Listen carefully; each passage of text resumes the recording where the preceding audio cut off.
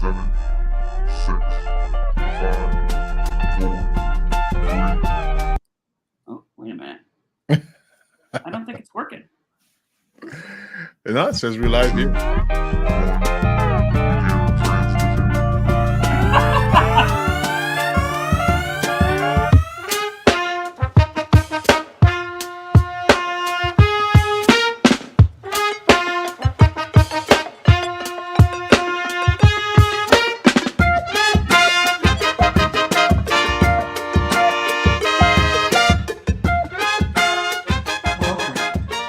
Boîte Noire Radio. Beefy. What's up, man? I have to say, first of all, hello everyone. But I have to say, Beefy, I giggle every time that intro says, "Welcome to Boîte Noire Radio." I just want to burst out laughing. That's your voice. You know who that? Yes, it is. That's your voice, right? Yeah, you can hear me in it.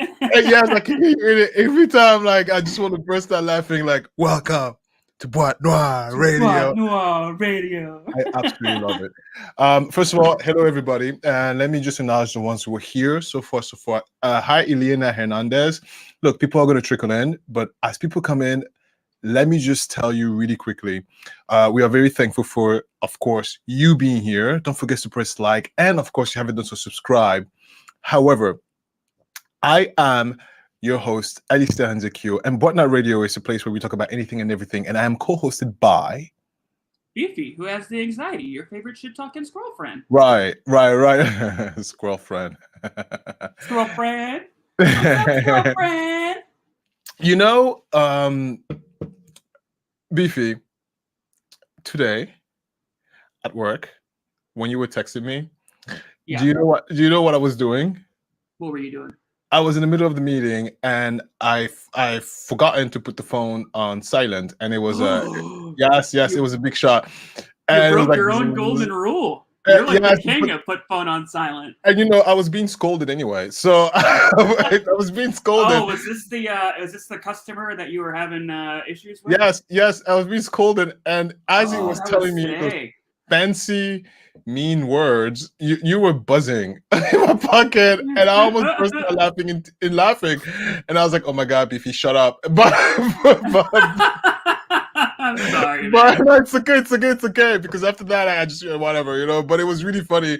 It helped me take my mind off of the stuff that I was being told about. It was just rambling. But I just thought it was a very funny thing of the day. How was your day? That's just my needy squirrel friend in my pocket.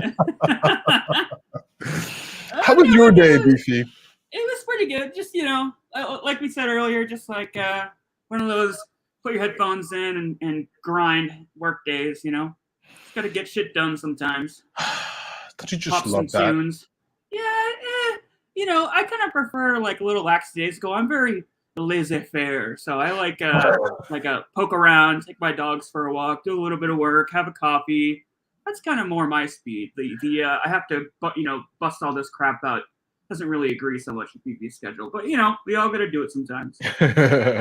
That's why I say winning the lottery is not about buying mansions. It's about doing nothing.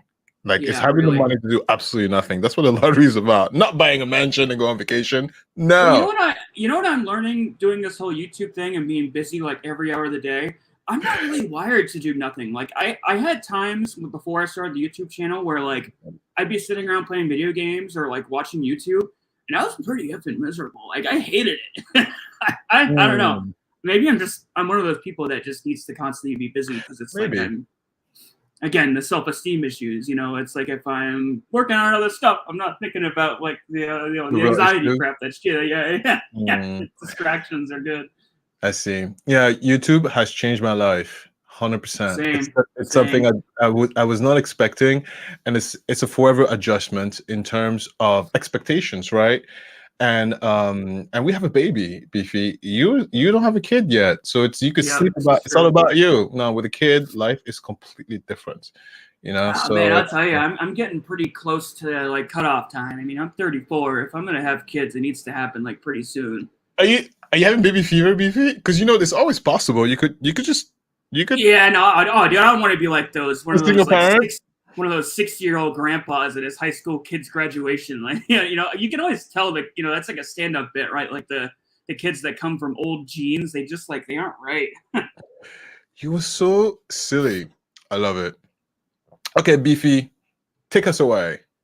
Oh, you ready to jump into the true I am crime ready. of it all? I have been excited about this murderer that you're about to dissect. You want to know why I'm so excited about him? First of all, the name, love the name, and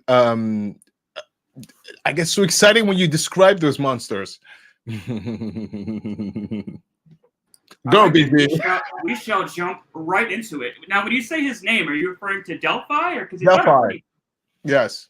That's the name of the town. All right, so yeah, you don't know anything about this, so we're gonna dive in. No, I'm excited. I'm looking forward to it. Bring it Yeah, on. so yeah, we're gonna go start from the complete beginning as if no one were to know anything here.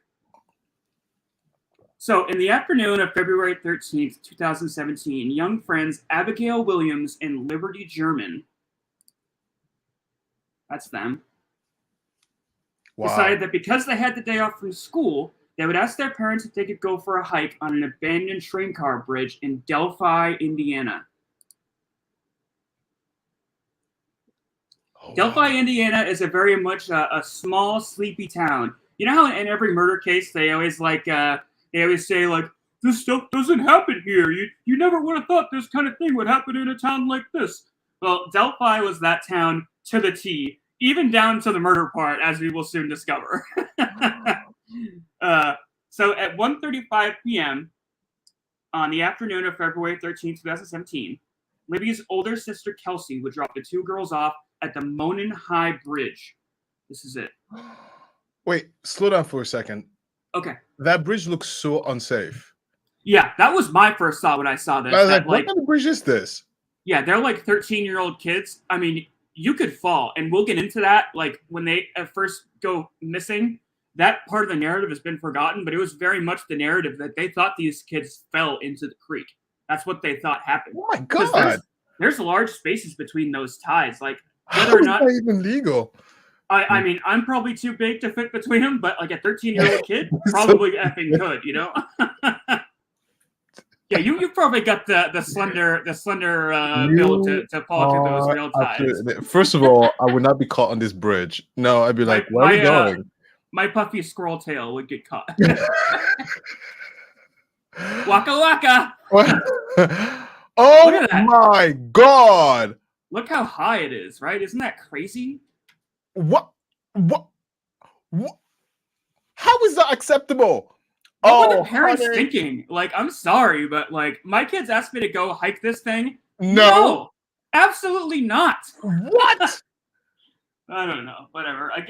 I get it's a small town. There really wasn't a lot to do, and this is probably like the highlight of their year to go.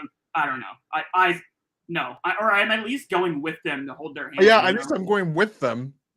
That's my thing, my 2 cents. But you know, what do I know? All right. So on County Road 300 North, east of the Hoosier Heartland Highway, overlooking Deer Creek in the remote area woodland of Deer Creek Township, lies the Monon High Bridge, which is what we're looking at. At 2:07 p.m., Libby would post a photo to Snapchat of Abby carefully navigating the spaced-out train ties of the Monon High Bridge. There's that photo. This would sadly be the last time anyone would ever hear from either of the girls, at least of their own volition. And we'll get into that in just a second, so let's put a pin in that for a second. By 5 p.m., the parents of Abby and Libby were in a panic trying to locate the girls. By 5:30, an official police report was filed and an Amber Alert was issued for the girls. Preparations were quickly underway to conduct the search and rescue operations of the Monon High area bridge area and the creek below, under the assumption that the girls may have fallen due to the large gaps in between the rail ties. That's what we were just talking about. So if you look, they're not that far. It doesn't look like they're that far, but trust me, when you're looking down and you're on that, it's trippy. Like I've seen footage of, and things always look higher in person than they do like on camera. You know what I'm saying? So believe me, it's I don't know. I don't think it's a safe activity for a bunch of 13-year-olds, but I'm also not a parent, so hard for me to say. No, it's not. Search and rescue operations would continue throughout the night until the next day. On February 14th, 2017, in the early morning hours, The bodies of Abigail Williams and Liberty German were discovered about a quarter mile from One High Bridge down a steep hill.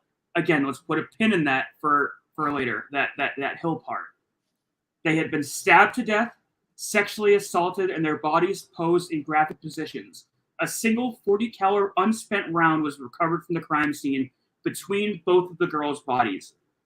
The case would garner national media attention almost immediately when police released a picture of the prime suspect recovered from Libby's cell phone mere minutes before police believed that girls were abducted. This is that photo.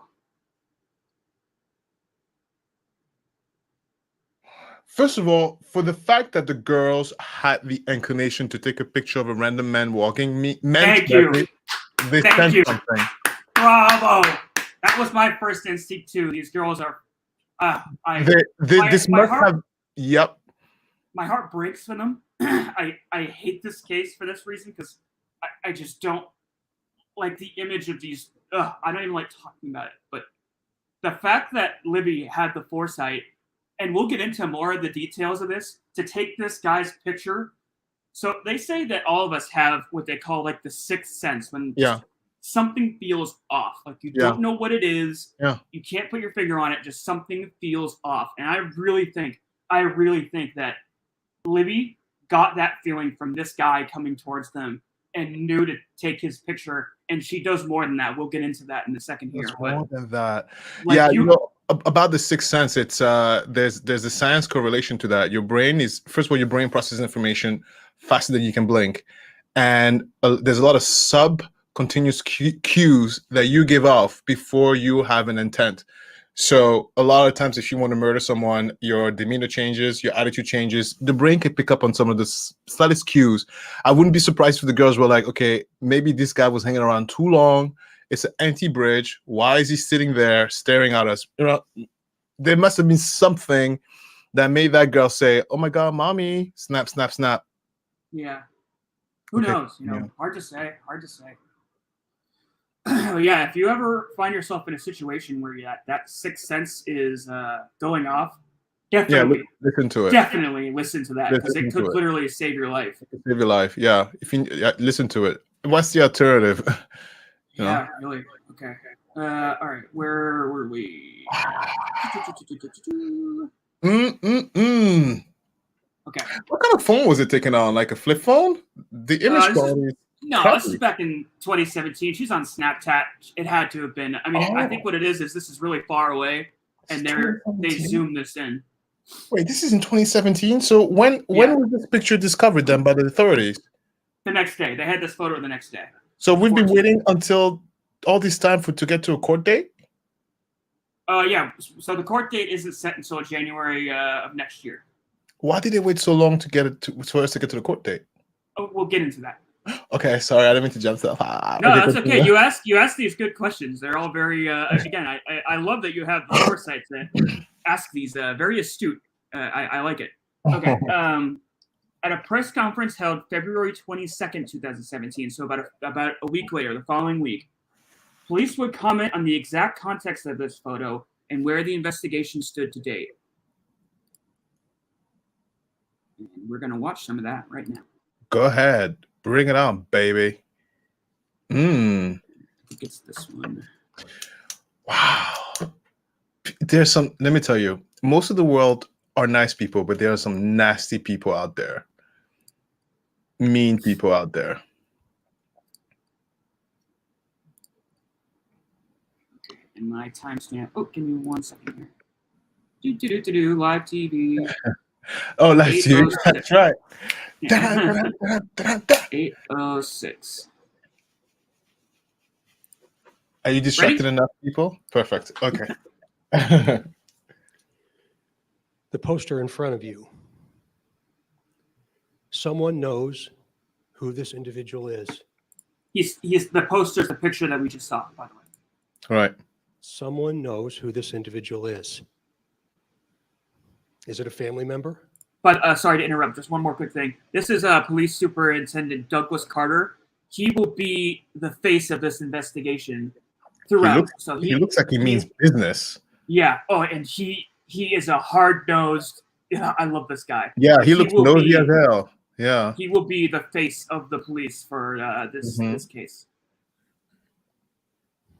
Is it a neighbor? Is it an acquaintance? Is it an associate? Or maybe that one guy that lives over at that one place that just kind of not right.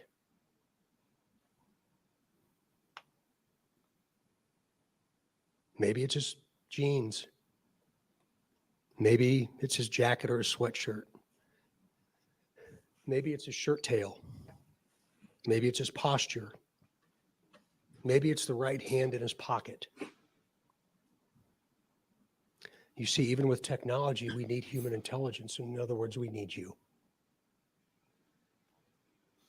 I'm not suggesting that science, that everything that we can do as science has been done, because we are just getting started. Can you pause for a second? Yeah. That officer gives me the chills when he speaks. Yeah. He is drowning me in, and I'm voting for him. He has a flair for the dramatic. Yeah, he could run for the sheriff or even like governor. He's very well spoken. Yeah, and he take my vote. No, yeah, I agree. I agree. We won't watch this entire press conference, but he gets emotional and he breaks down and he I can the community. sense the emotion in him. I can totally sense and that. Sense the genuineness. That's exactly right. What's so magnetic about him is it's genuine for this guy. Yeah. Like his heart is actually broken for the murder of these girls, and he fucking hates the guy that did this and wants to find him more than he probably wants anything on earth. He wants to find this guy, and you can feel it. Like he's talking to the killer. Yeah, you could tell he's addressing us, but honey, he is staring that killer down. Like, I'm coming for you. Don't think I'm not. Ice in his veins. Yeah, ice in his veins. Captain Ice Veins. Abby and Libby deserve us. Eddie Bailiff and Captain Ice Veins. Every single one of us, and not just the people standing up here on the stage that have given so much of their lives to not just this, but to this profession, but each and every one of you. Each and every person listening, watching, or seeing this in some form, we need you. Libby and Abby need you. Please do not rationalize tips away. Rationalize what you think that might not be important away. All right, we're going to jump ahead just a little bit. Yeah, of course. Oh, I love this man. 1, 2, 3.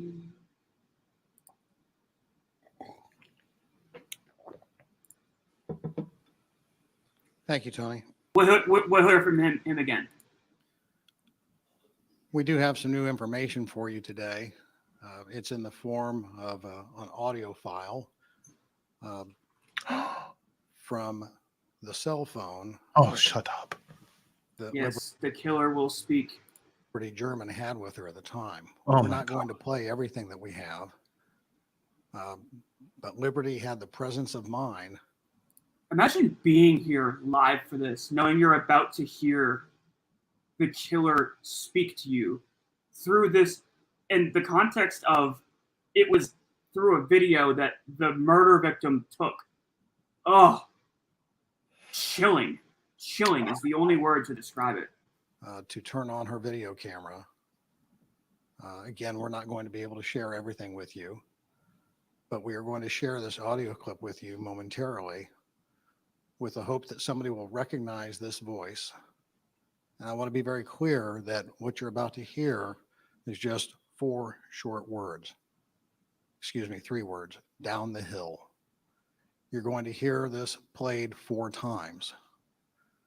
The audio quality is not superb, but there's enough there that somebody could recognize this person's voice. And as Superintendent Carter said, not to rationalize away. If you hear this today and you think, my God, that sounds like fill in the blank, call us. Make an anonymous tip. Tell us who you think it is.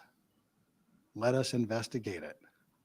If it's not the right person, they'll just be out a little bit of time and they'll be cleared and they can go on and they'll never know that you called. But you may tell us who the right person was. And you could be the person that helps us to solve this horrible crime. Micah, play the clip, please.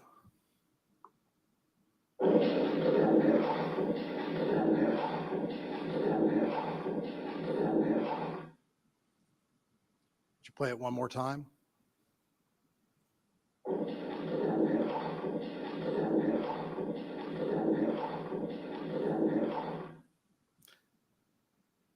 So that audio clip later today will be available on the Indiana State Police website. You can simply go to our website and add the extension /Delphi.htm. There will be information on that website that talks about the reward that is being collected now. Sergeant Slocum will talk more about that, the amount of money that's been raised towards solving this case. Okay, so I need to cut in here with the power of hindsight. They clear up the audio, so I'm going to look that up quick, but they released a copy of the composite sketch that I just want to show quickly. That gives me chills. Hi, Matze Copper. Hi. And Ileana Hernandez says she's in Puerto Rico and it's 110 degrees Celsius. Okay, Fahrenheit. I was like, Celsius? Honey, no, you're cooking. Okay, yeah, Fahrenheit. There it is. What? There's the composite sketch. What do you think? I mean, it looks like the guy, right? You can't escape with anything these days. Why do people even try? That was the part that, like, I didn't understand about this. Like, how did he go? We'll get into it. All right, but here, let me play this really quick. There it is. Okay. Because the audio on that was really bad, so I just want to get the actual audio of the killer. While you look for the audio, I'll tell you a crazy story that happened to us in the airport. If I have time, really quickly. So we, as you know, right, we were in Seattle and our flight got delayed until it got canceled. And eventually at some point, oh, never mind. Story for another time. The grainy image and that haunting audio and this voice. The grainy image and that. Did you hear it that time? Yeah. Yeah. That's pretty clear. Photo and this voice. We'll get Beefy, that sounds. Do you think that voice? Because I'm trying to pinpoint a little bit if that sounds like a regular, normal white person voice, but no, it doesn't. It's very distinct. You know what I mean? Yeah, sounds like a regular guy. Yeah, I don't know. Like a regular guy. Yeah, that would be very hard to identify. Like now, I'm gonna be listening to all my friends. Yeah, say that again. No, not you. Okay. So it's really weird that Melted Copper is bringing up the Golden State Killer because there were cases, 3 of them, that I was really, really fascinated with right around this time span of 2017. It's right when I started getting into true crime. And the 3 were this one, Zodiac, and East Area Rapist, who is the Golden State Killer. And the reason I was so perplexed by them is it didn't make sense how they weren't caught. Like Golden State Killer, they had so much of that guy's DNA. Like I used to make the joke that they had like buckets of the guy's DNA profile in like evidence lockers somewhere because like they got so many samples. It was like ridiculous because there was like he had like 60 sexual assaults and DNA samples were recovered from all of them. Wow. Same thing with this guy. They had audio and visual. They had a video of this guy. They didn't Were they catch him. able to recover any semen from the victims? Oh, from this case? I don't believe so. No, that wasn't in the case files. No DNA sample on this. Oh, DNA sample. We're all grown up, please. Yeah. Let's go. Yeah, I mean, I don't want to bury the lead, but they do not catch this guy quickly. We'll put a pin in that, but we will get there. I love your pins because I write them down. Pin in that. Yeah. Continue. Yeah. Okay. So on July 17th, 2017, so this is just a few months later, police would issue the composite sketch, which we're just looking at, believed to be the man in the still photograph. Almost 2 years would go by with no new information being released. Police would confirm they were certainly still hard at work at the case on April 22nd, 2019, when they would announce a new direction in the case during another press conference. And we will watch part of that right now. Wow.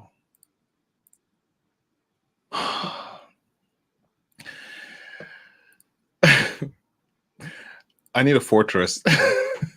A fortress? Yeah, like what? Like think about what kind of human being does this. Like Yeah, I don't know. it's ridiculous.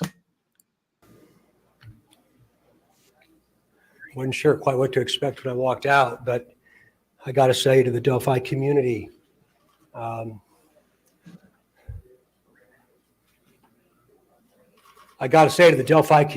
grateful I am.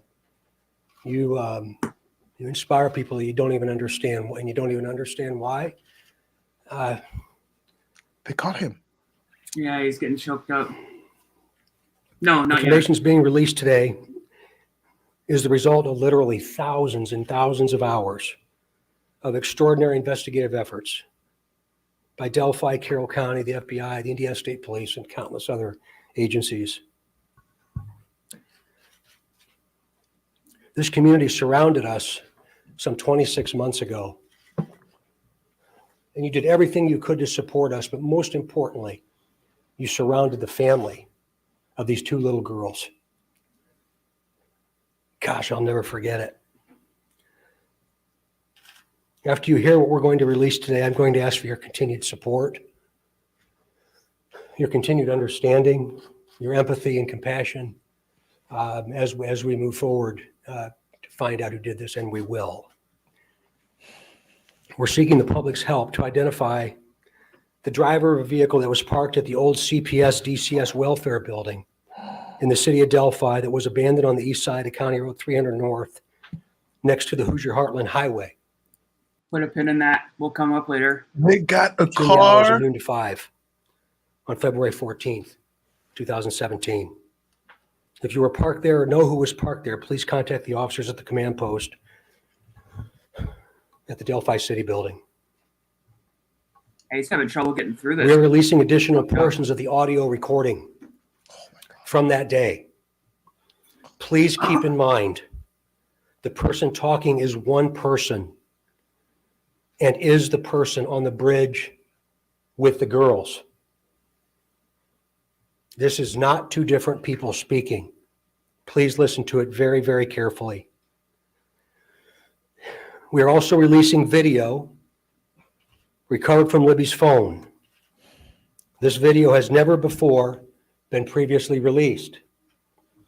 The video shows a suspect walking on the bridge. When you see the video, watch the person's mannerisms as they walk. Watch the mannerisms as he walks. Do you recognize the mannerisms as being someone that you might know? Remember, he is walking on the former railroad bridge. Because of the deteriorated condition of the bridge, the suspect is not walking naturally due to the spacing between the ties.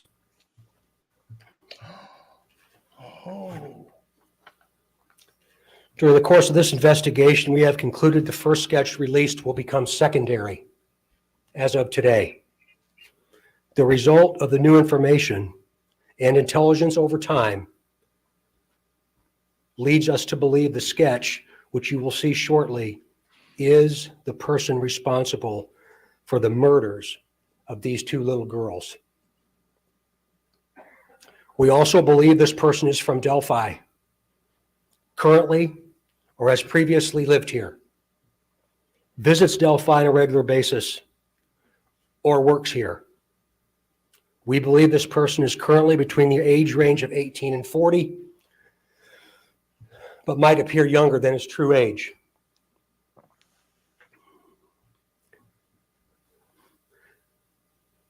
Directly to the killer, who may be in this room. We believe you are hiding in plain sight. For more than 2 years, you never thought we would shift gears to a different investigative strategy, but we have. We likely have interviewed you or someone close to you. Pin in that? It's crazy watching us back. We know that this is about power to you. And you want to know what we know. And one day, you will.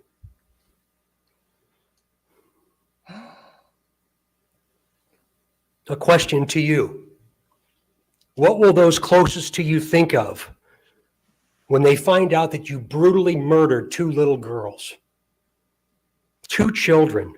Only a coward would do such a thing. We are confident that you have told someone what you have done.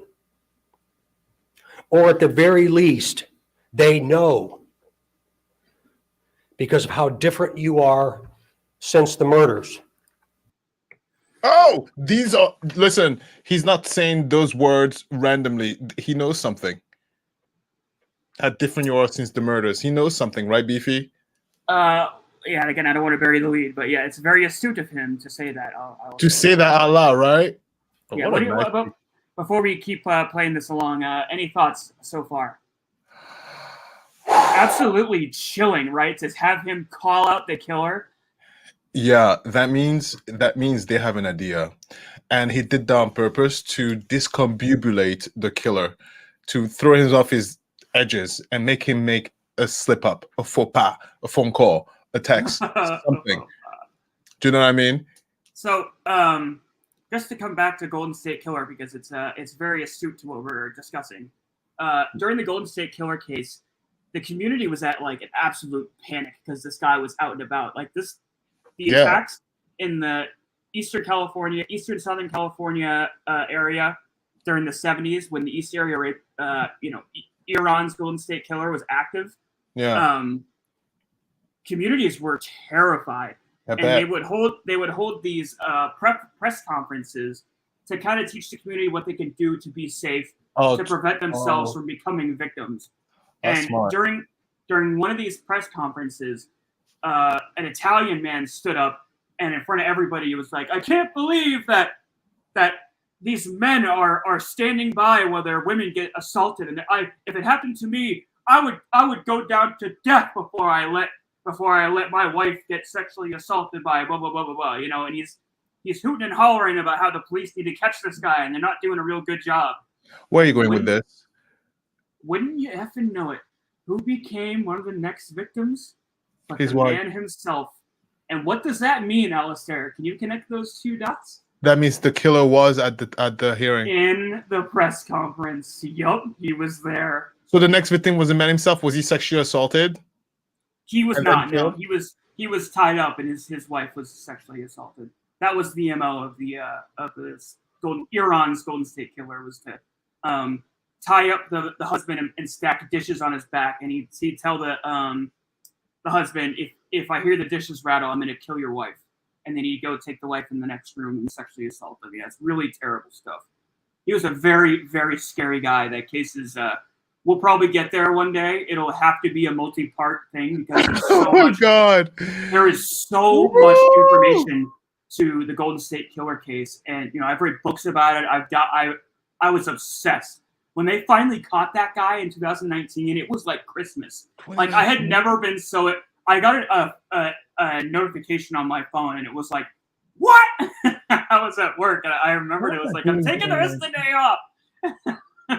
Probably working. Wow! Look at that. This is why you're amazing, Beefy. Is that him?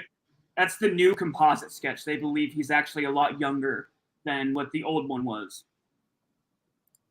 And we'll get a side by side of the guy compared to this one and then the old one, so you can make comparisons for yourself.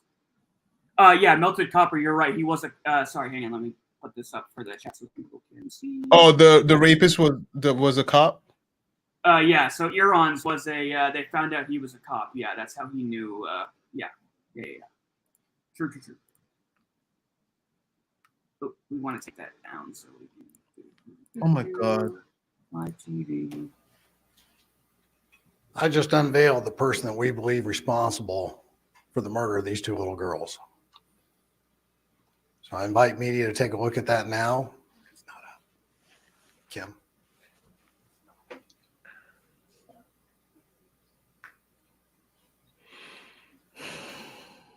Well, it looks young. We're also going to show you a video not previously released that superintendent spoke to, and also the audio that's additional to what's been previously released.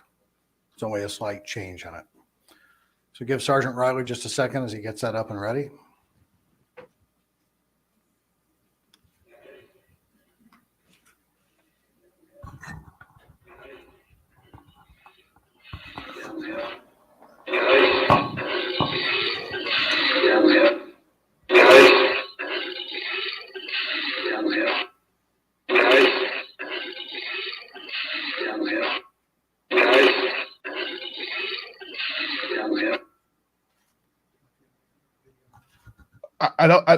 What's the first word? Stand by for the video, please. Guys, it's guys Oh. down the hill.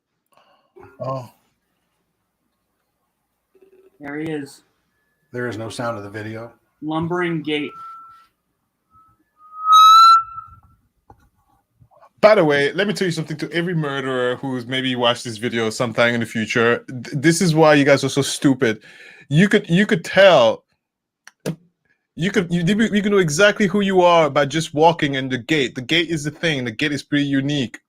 Well, like they said, he's walking on railroad ties, so it's hard to really compare the lumbering gate with somebody's actual walk style. No, but even that video is enough. Like if I knew someone like that, that's enough to be recognized. People know. You know, I don't have to know it's Alistair if I don't have to see you in your face to see if it's me. I can pinpoint Alistair from like, oh, there he is. Yeah. You know what I mean? I can tell my mom apart. I can tell my friends from far away. I don't have to see their faces to know, oh, wait, is that Eric? Oh, hi, Eric. Yeah. No. Like I said, you'd think that they'd would have caught him sooner. It's crazy it took as long as it did. Yeah. Damn it. Okay. All right. In 2022, Keegan Anthony Klein, this guy, oh, jeez, look at him. Man. That's not him, is it? No. Okay. He was arrested on five counts of CP, pornography. For babies? Kitty stuff. And he was believed to have solicited via catfish all the kitty stuff through an Instagram account he was catfishing called Anthony Shots. So he's catfishing as this guy on Instagram, which was determined to have been in communication with Libby on the day of the murders. So Libby was messaging this guy, the Anthony Shots account, the day they got abducted. It's unclear exactly what role this arrest may have played, but it's believed direct evidence was obtained from this man's arrest, leading to the formal ties in the Delphi murders. No way. On October 26th, 2022, police arrested Richard Allen. There he is. 2022. So 5 years later, they got this guy. Look at the sketch. That's pretty damn good. Like down to the nose. To the bone structure. Yeah. And look at the one in the middle. The one in the middle just makes him a little too young, but it's not about that. It's because the high cheekbone and the one in the middle makes him younger than 2017. But 2017 and 2022 look like almost dead on. Yeah, I mean, honestly, if you take both composite sketch and kind of meld them into one, you kind of get this guy. You kind of get an idea. Okay, let me ask you something. Did he deny it? Of course he did. So he pled not guilty initially, but we will get into some of the evidence and his behavior behind bars. Behind bars? What is he doing? All kinds of stuff. Fun stuff. Writing letters home and making origami swans. And what else do you do in prison? All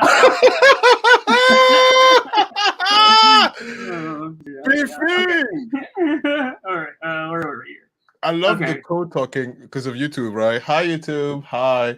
Yeah. Okay. So we got the press conference from the arrest, and then we are going to rape the use case out. Wow. Looking for. Wow. Fascinating. I'd like to thank you all for being here and thank the Delphi United Methodist Church for allowing us to use their facility. This morning, we're going to provide an update on the investigation into the murders of Abigail Williams and Liberty German. Before we get started, I'm going to introduce to you our speakers, Superintendent of the Indiana State Police, Doug Carter, the Carroll County Sheriff, Tobe Lesenby, and the Carroll County Prosecutor, Nick McClelland. I'd like to remind everyone that this continues to be an active and ongoing investigation. At the conclusion of this press conference, we are going to answer a limited amount of questions. Yeah, shut up. We want to hear from we want to hear from Doug. We don't care about you. And an arrest has been made. Give us Captain Ice. Thanks James, to literally please. hundreds of media outlets that have been steadfast in reporting and keeping the memories of Abby and Libby front and center. Can you pause for a quick second? Yeah. He looks different. His hair's a little longer, and it looks like he's put on a little weight. Yeah, he's getting older. It's 5 years, man. You got to think. Oh, right. That's right. I was there. No, that's right. It's 5 years. Sorry. Many of you in the room You're okay. developed relationships with me personally, and I always have a personal perspective, and today's no different. Stress too. I mean, And this had stress. to- Please, this stress. had to have played a weight. It's mainly stress. Forget the age. Stress and no sleep. But from a very personal perspective, you all have provided inspiration and support, even while oftentimes frustrated with us and me. You continue to encourage the efforts, and you too believe that one day we would all be here participating and sharing this news. It's not you. It's the live. It's not you. Yeah, it's because we're trying to do too much at once. With them today is Dan McClain, the U.S. Marshal, appointed U.S. Marshal. Our state police analyst, our scientist from many different disciplines within our laboratory division. Gosh, look at them. Oh, it just breaks my heart. Dude, I hate it. Mrs. Kathy Shank, for your incredible dedication to detail and to so many others that I know I've missed. I really believe that Abby and Libby would be proud of you for standing strong, even in the face of immense pressure and perpetual criticism. Some of these individuals have postponed retirement, passed on promotional opportunity, have dedicated personal time away from their families, given up nights, weekends, and holidays, all while in the pursuit of accountability for Abby and Libby. I know that today's announcement will not diminish your resolve, and I hope you have found just a bit of peace in this most complicated world. This is really important. While I know you are all expecting final details today concerning this arrest, today is not that day. But today is. We have the power of hindsight, so we can get into those details, Alistair. Isn't it nice to just have everything all at once? I had to wait. I was so frustrated the day they arrested this guy. And I was like, I want to know. How did they know it was him? What did he do? Can I ask you another question so I don't upset anybody who watches this? Who is Abby? Was Abby the one with the green shirt? Okay, hang on. Yeah, who's that? Hang on. Oh, there we go. Got it. Abby, Abbigail. yeah. And okay, Abby's the one with the green shirt. And then who was talking on Instagram? Was it Abby or Libby? Yes. Abby was talking to the right? Hang on, let me Wow. confirm that. Okay. I believe it was Abby, yeah. And how old was Abby? They were both 13, I 13. believe. 13, Okay. yeah. Middle school. Just for my notes. Okay, I'm good. Thank you, Beefy. No problem. Oh, what happened to the guy? What happened to the guy with the Instagram account? I hope he went to jail. Oh, this Him. guy? Yes. They dismissed the charges, yeah. How dare him? Them. Okay, fine. Continue. Yeah. I don't know why. Probably a plea deal. Yeah, Like, I okay, think look, I let think you he go, did. but we need you to find this lunatic. I think when we get down to trial, he's connected to this somehow. Like, I guarantee you, he knows this guy, and he's like, whether he told him, hey, there's these two girls, I don't know. He's connected somehow. Yeah. Let me just text Christopher because I don't hear them home. And Okay, I'm just gonna keep going. So it's yeah. Okay. Important text. Are you home? So yeah, on October 26, 2022, police arrested Richard Allen for the 2017 murder of Libby German and Abigail Williams. He has pleaded not guilty and is set for trial early of January 2024. In recently released court documents, it was discovered that Allen had been seen fleeing the crime scene, covered in mud and blood, and was seen getting into a vehicle parked conspicuously as to cover the license plate. This car was later confirmed to belong to Allen. That's the car that they were asking. That's the car from the beginning. Yep. So all of our pins we are going to cover right now. The single .40 caliber bullet discovered between the bodies of Abby and Libby was found to match by ballistics a gun owned by Allen. When interviewed by police back in 2017, remember I said put a pin in that too? He said he likely probably interviewed you? Yeah. When interviewed by police back in 2017, Douglas Carter was correct in that he indeed did interview him. Wait. Did the police knew that? I mean, obviously, but like at the time of the interview, no, obviously not. Wow. So wait. Yeah, listen to the details of his interview. He admitted to being on the Motor High Trail that day to, quote, watch fish for around 2 hours, and then he had worn jeans and a dark jacket. How could you hear those details and not be like, oh, so you're the killer? So it was you. Like, right? I don't know. Whatever. Whatever they do. And then most damning of all, recorded phone calls in prison have confirmed Allen confessing to the crimes to his wife 5 or 6 times. Remember how Carter said, like, you have likely told someone or somebody around you knows? Oh, so they knew. Oh my God. He hit everything. Yeah, he's right. They confirmed they were stabbed to death. Yeah, people thought because of the bullet that they were shot, but no. That's a mystery. Why was there an unexpended round? That's still to this day nobody knows why. He did that on purpose to confuse people, but he's an idiot because idiots, criminals, that we can track that. Listen, I don't understand why they think that phone calls in jail is like not recorded. I think it's this false sense of security when you pick up the phone and be like, "Hello, yes." How about this? The wife is standing by him like she's going to all of his hearings and stuff. Accessory to murder. Put her to jail too. Accessory to murder. What is going on there? Yeah, what the hell? He's like gonna come home to her and lay in this. What? Welcome home, honey. Oh yeah, crazy. Wow! Crazy. Wow! So just to wrap all this up, based on probable cause affidavits, police believe the sequence of events to have played out on that day as follows.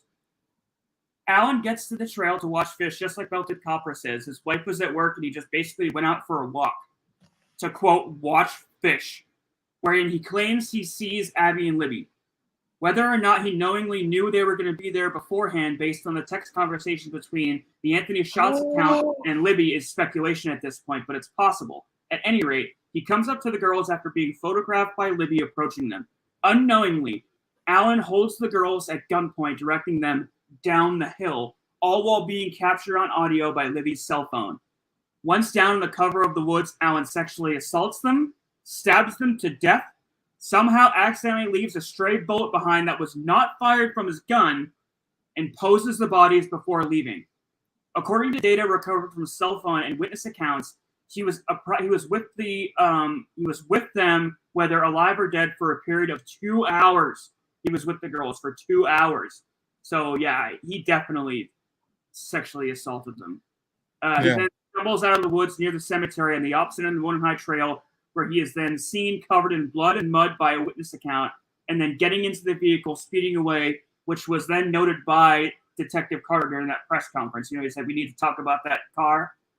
5 years later, mainly thanks to the video captured by Libby, he is apprehended where he sits in jail today and is set for trial in January of 2024.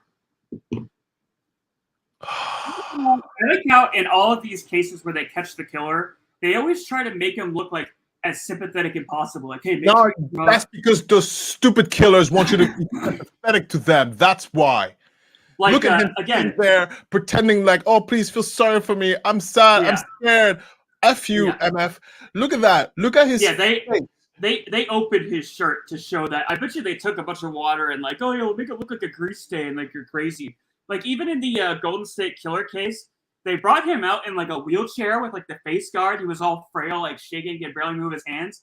They showed footage that day of him crawling around in his cell like a friggin' monkey. Like, Good. It's so fake. All of it. I can't stand it.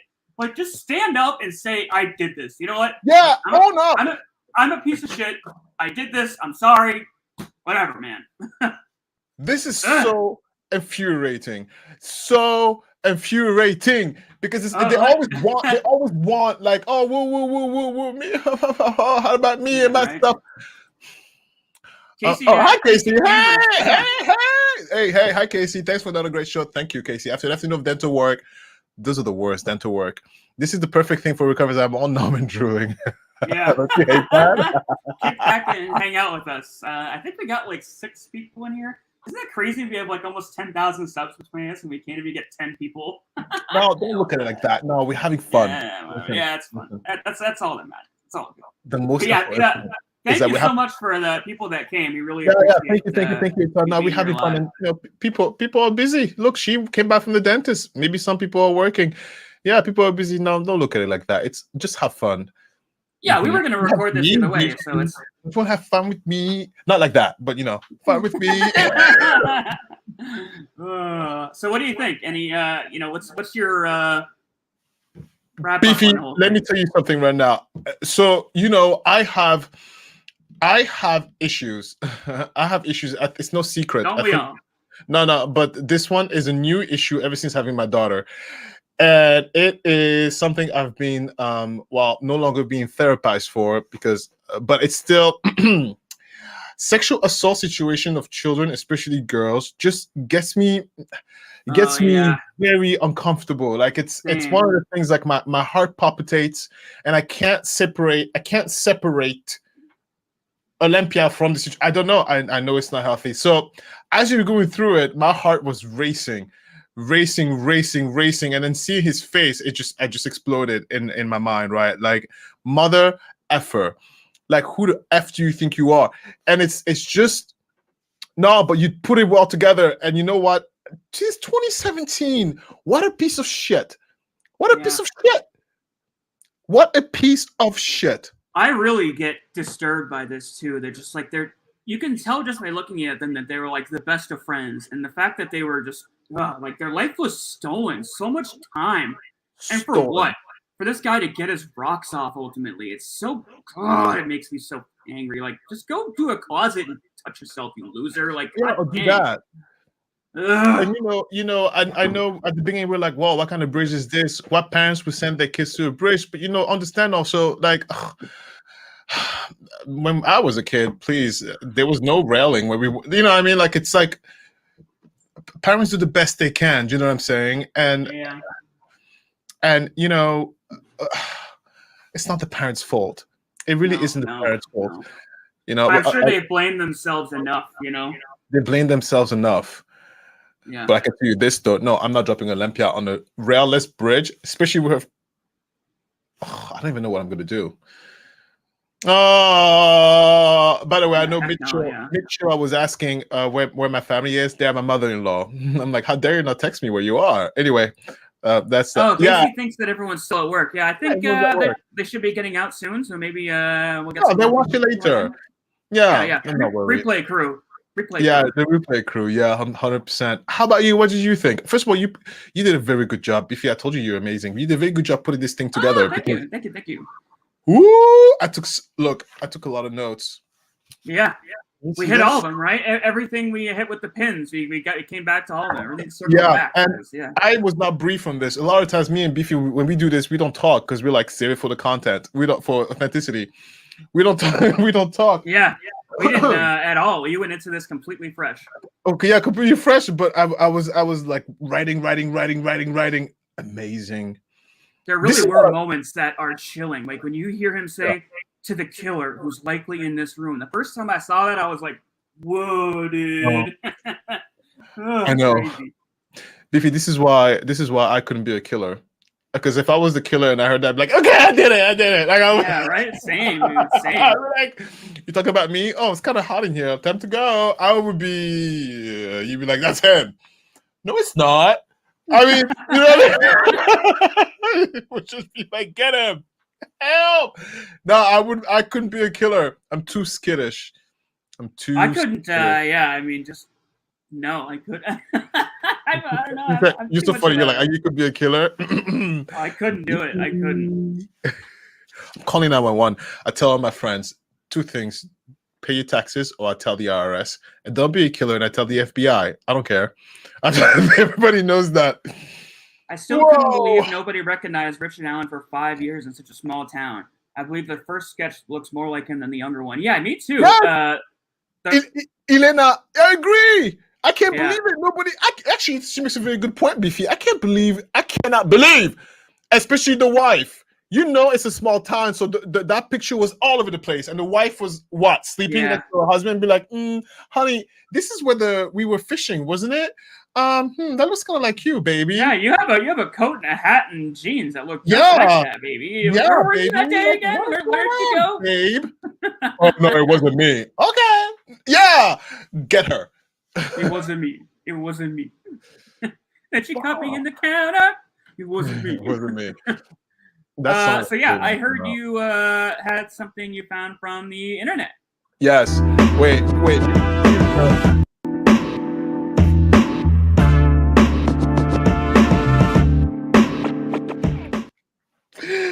Oh, Beefy. I gotta tell you something, Beefy. Are you still here? Yeah.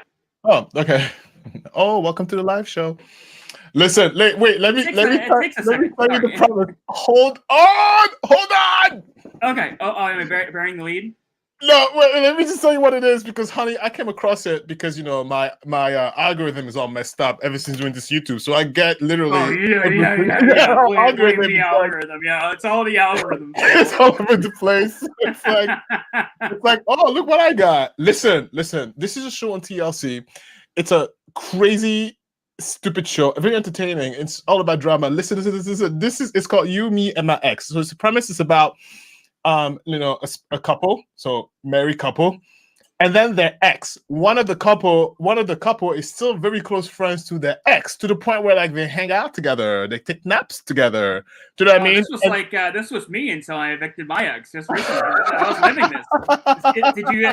Is this like a punk moment? Did you like get a bunch of footage from my house?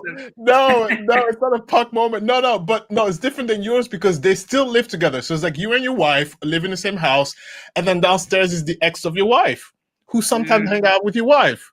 Excuse me? It's like, wait, what? But anyway, listen. Yeah, honestly, like towards the end of that, I liked her boyfriend more than I liked her. She just became so intolerable. It was so ridiculous. It was like, just get out of my house. Like, now, this is where you know you're over someone, when you actually like their new boyfriend. He was cool. I'd say, I'm like, oh, what's up, bro? How you doing? So she's crazy, right? Tell me about it. Oh my God. That's actually quite hilarious.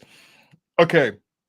So this is a guy, he's married to this woman, but he has an ex-boyfriend who they hang out with. And so what you're going to see is that a friend in common, so a friend of the ex-boyfriend and the husband thinks that's weird. Like, I think it's weird.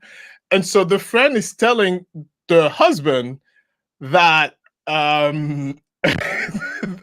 whoa, wait, hang on, we gotta read this quick. There's a photo of him and his wife took at a bar, and the sketches behind him at the wall. Wow, chilling. Okay, yeah, getting back to this. Sorry. No, that's great. That's great. Anyway, so Beefy, perfect. Don't move. So the person in the middle is the husband. The person, obviously, the woman is the wife, and the guy on the other side is the ex-boyfriend. Oh. But it's the ex-boyfriend of the man. Now, wait, what? Whoa, hold up. Yes, hold up. That's what I'm trying to explain to you. Like, it's effed up, but it's so freaking funny. Now, listen, no, you can say fucking. We can swear. I can say that. Wait, okay. These two were together? They were together, and then the guy in the tracksuit, darling, married. Okay, so he's bisexual. Okay. So he's bisexual, but he married that girl on the right.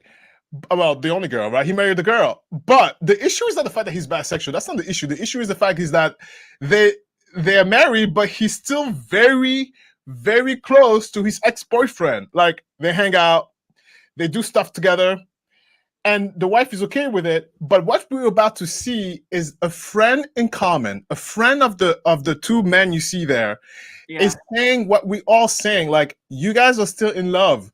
Can you don't have to drag this poor woman down this hole. Like, just be together and be together. You can't just be married and then do very relationship-like things with your ex. That's not okay, by the way. No. So this is the preview of the show. Please, everybody. Oh, bro, dude, melted copper. We don't need to fat shame. That's not cool, man. Anyway, so wait. Because the yes, start over. But bring the volume up, everybody. Press play. Go. I don't know if maybe Marcus needs LASIK, because the only thing that he's seeing between me and Steve is me trying to reach over Steve and punch him in his face. See, you're a grown man. Whatever you want to do with your penis, it's fine. But look, Okay. It's just weird. Okay. It's kind of weird. But look, but Alex, it's fine. Alex, It's, all I'm yeah, saying it's weird. Look, Alex. Is it weird? It's very weird. On the heat of Caroline drowning Patrick, we'd have Steve and Marcus, Patrick's ex, attempting to profess their love for each other as if this is the right time. He's married with a baby. It's okay. But you guys have been lovers for a long time. You've been drinking. She's just standing there while they're having this Yes, conversation? I know everybody's just confused. Listen, pause there. Don't move. So the guy, no, pause. Yeah. The guy in the black shirt, that's the husband. The guy in the blue shirt, that's the ex-boyfriend of the husband. And the woman you saw with black hair, that's the wife of the guy with the black shirt. Yeah, we just saw him. We saw him. The guy with the hat is a friend, is one of their friends. And he's saying, Catherine, girl, your man is not into you, because he's still hanging out like boyfriend with his ex-boyfriend. So he's saying to his friends, why are you guys bringing this girl along? Just be together. Obviously, you love each other, and leave this poor girl alone. And so the guy in black. I think you can comment on this, and obviously I can't, but I've heard that people who are bisexual tend to lean towards whatever their first sex, like typically they'll be attracted to one sex first, and then for whatever reason discover later on like that they're attracted to the other sex. And I've heard. I'm not sure, because I'm not bisexual, but I'm not 100%. I think the bisexuality being on the spectrum, this is a tough one. It really is, because I'm not actually not versed on it to say for sure. All of my ex-girlfriends were bisexual, like they were attracted to women too, and they very much, all of them were very attracted to women because they weren't getting pussy, so they wanted pussy. But they all told me that they, first and foremost, enjoyed men, but because they're not getting the pussy, they're more into that. You know what I mean? It's almost like if you're a boob guy and your girlfriend has a big butt, then like all of a sudden you might switch because you're not getting the big butt. It's like that. You want what you can't have. Yeah.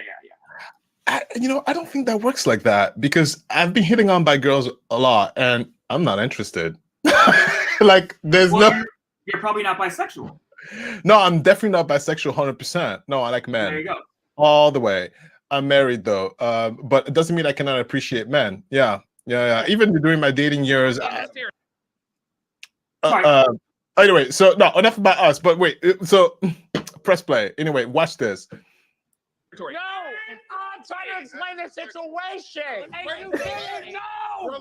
And you didn't know. What? No, keep playing. I don't care. If this was happening, Alex, after how long? Look how confused the girls look. And also, look. I'm confused. He didn't know what.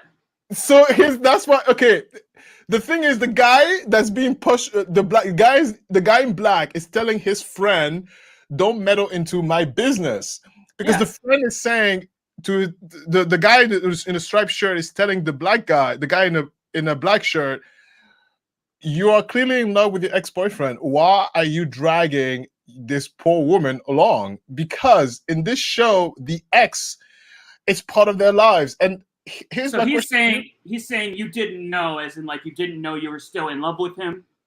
Right. In other words, it's almost like if I decided to go and hang out with my ex-boyfriend while being married to Chris, right? Yeah.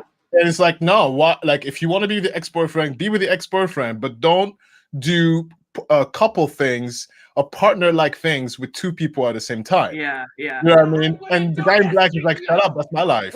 He really, I think it sounds like the friend just kind of wants what's best for him, but he's going about it in all the wrong ways. No, the friend is pretty much saying this is BS. Like, what are you doing? I think this is alcohol induced. This is alcohol induced. But if you notice, the producers are not even bothered to stop the fight. Oh, of course not. Yeah, there's one back. Look, he's watching right here. Yeah, they're all having an entertainment, and the fight he's ringing the bell. You know, the ding ding. Like, get at it, guys. This is great entertainment. Yes, but also they're not. I mean, even though they're in their mind they're fighting, but they're not fight. You know, they're not fighting hard enough to warrant a protection from the producers. Everybody's having a good laugh over there. I'm just laughing at the fact that, you know, why you have to put your hands on someone. He's just telling you, go be with your true love. Keep press play. I think he's trying to shut him up because his wife is right behind him. Yeah, his wife is right behind him. Relax. This is too Oh much. my God! Really? Marcus. Just to clarify, sorry, one thing. There was a second drink thrown, wasn't there? No, I threw a cup, not a drink. And is that not assault? Yeah, it was assault because somebody said it to me.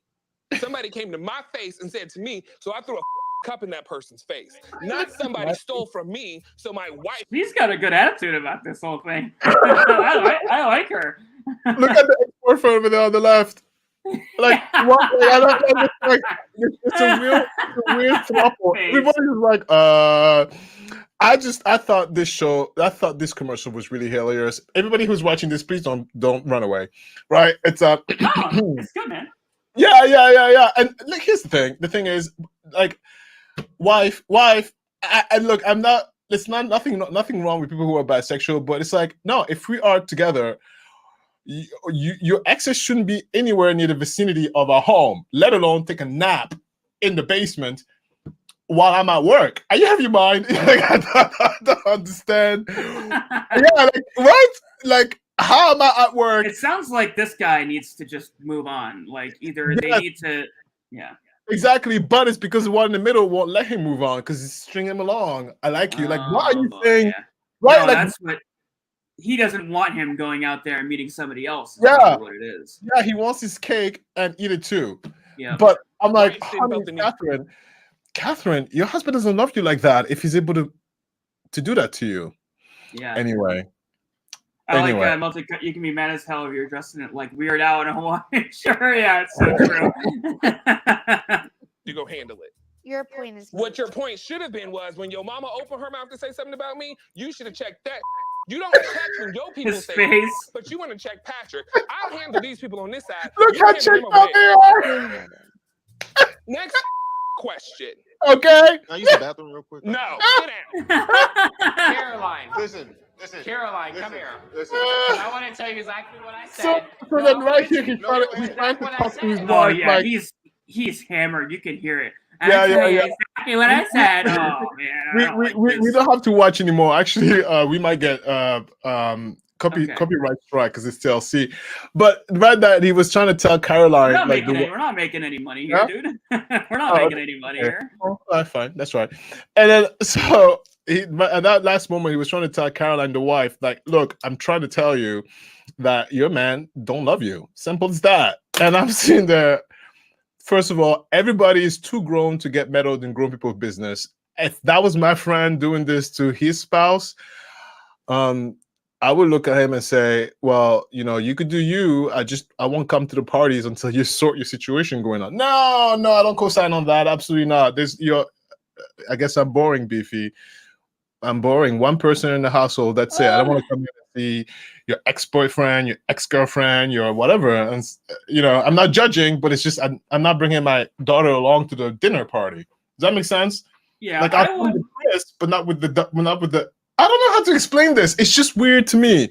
I found it super disrespectful when you are committed to one person and you tell them it's not like an arrangement. It's different if like both individual was like, okay, fine, we're going to be in an open relationship. That's different. Yeah.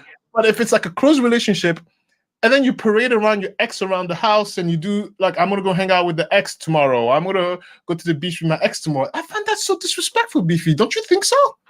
Yes, absolutely. But again, far be it for us to judge anyone else's, like what happens behind closed doors. If I was this gentleman's friend, I would for sure pull him aside and just check in on him. Like, are you sure this is like what you should be doing? And are you sure this is healthy for, like, if you really care about your ex, like, he needs to move on, man. Like, this isn't healthy for him or you, you know, like I would have that conversation with him. Yeah. But I would never say anything to the wife or in front of her. Like, now you're making your business you're inserting yourself into their business, into their lives. Yeah, 100%. Yeah, far be it for you to cast judgment on somebody else's life behind closed doors. I mean, they could be, you know, commingling in a poly relationship for all we know. This is very much produced for Hollywood. Like, what's actually going on? That's very true. That's very true. Like the friend crossed the line by trying to address the wife, but when the friend telling his friend, you know, if you like your ex-boyfriend, be with the ex. Stop trying to have all three together. Yeah, but again, that's a conversation you have privately with your friend. And again, if your friend is saying, "Hey, I'm happy," and if I feel like that he means that, and the ex isn't over there miserable, hey man, I'm happy for you. It's none of my business. Yeah. Anyway, it was a funny commercial. I was laughing. Very, very interesting. Yeah. What do the seven of you think? Would you confront your friend if you had a friend who was caught in the middle? Would you confront them?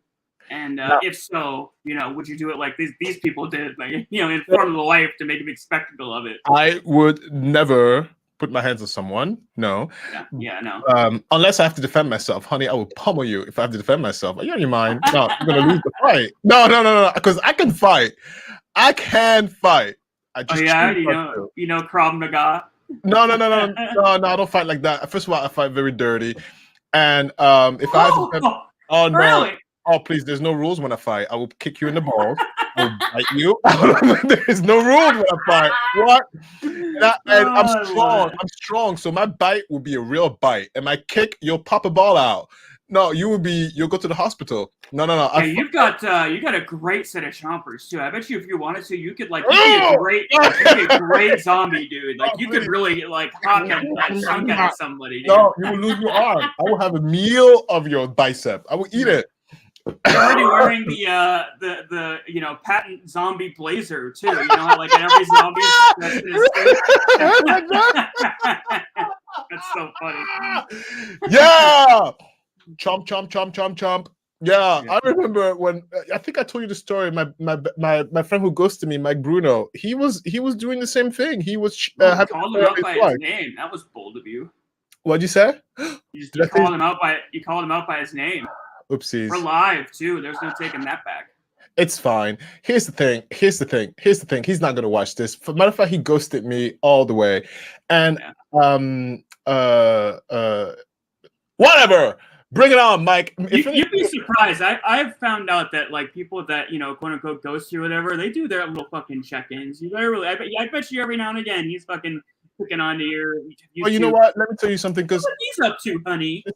Part of me misses him. So if this is what it takes for you to come sue me and talk to me, I would gladly take it. Come on, Mike. Yeah, Mike. Yeah, I miss him. I do miss him. He was my best friend, but I couldn't co-sign on him having an affair. Sorry. And so I said, look. I will help you move your stuff, and you go do your thing.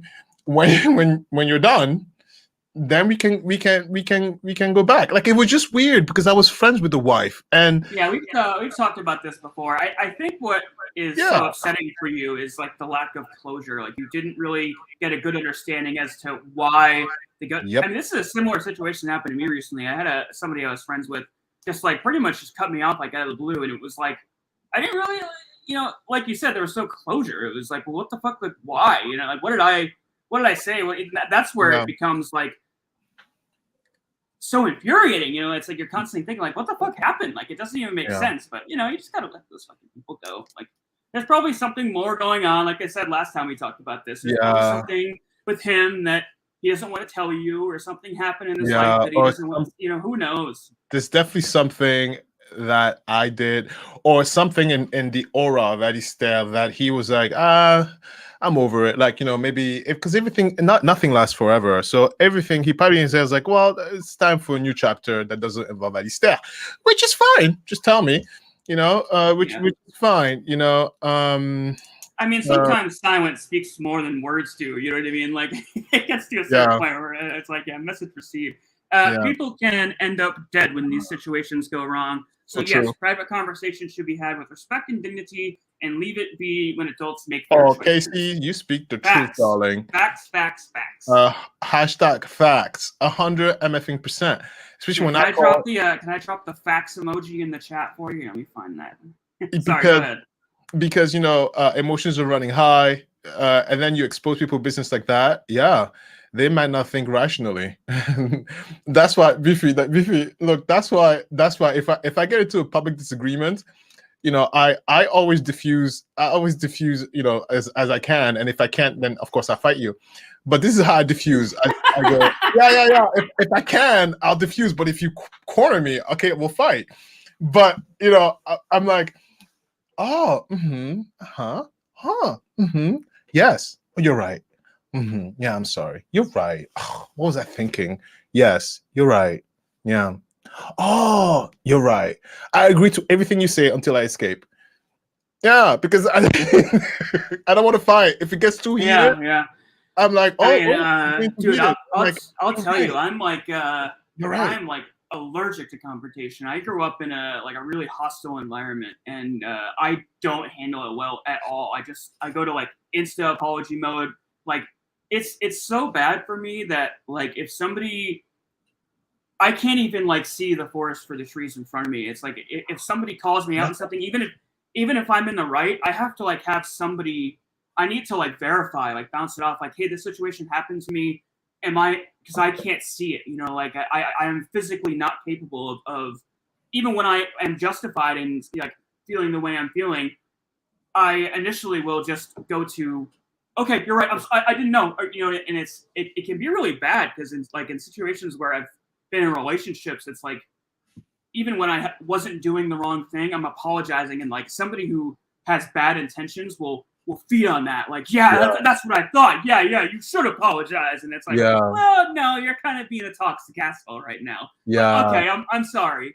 It's a bad habit. I'm trying to, whatever. I spent years trying to like, okay, I'm not gonna apologize this month. And it's like trying to go against the wind, or you know what I mean? Like trying to swim upstream. It's just like I spend too much time fighting it. I just need to accept that it's who I am. It's who you are. I was just gonna say that. Yeah.